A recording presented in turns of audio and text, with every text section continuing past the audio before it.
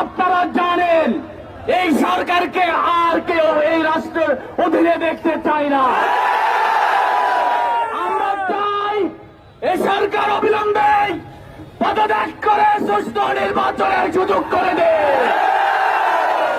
আপনারা জানেন আমাদের এই রাষ্ট্রের অবকাঠামো এই সরকার ধ্বংস করেছে। তারা বিচার বিভাগকে ধ্বংস করেছে, প্রশাসনকে ধ্বংস করেছে, প্রশাসন আজ দলীয় ক্যাডারে পরিণত হয়েছে। আমরা চাই আবার পুনরুদ্ধার হোক বিচার ব্যবস্থা, আবার পুনরুদ্ধার হোক প্রশাসন।